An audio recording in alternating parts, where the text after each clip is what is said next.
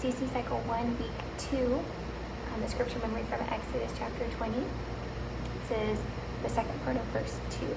The words are, who brought you out of the land of Egypt, out of the place of slavery.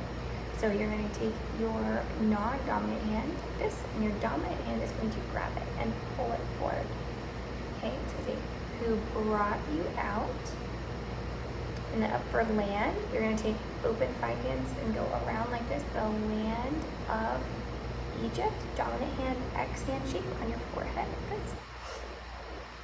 Who brought you out of the land of Egypt, out of the place of slavery. You're going to do the sign for slavery, which is crossed at your wrist like this, and you're going to say, out of the place of, and then you're going to break it apart, slavery. It's broken apart. So it'll sound like this.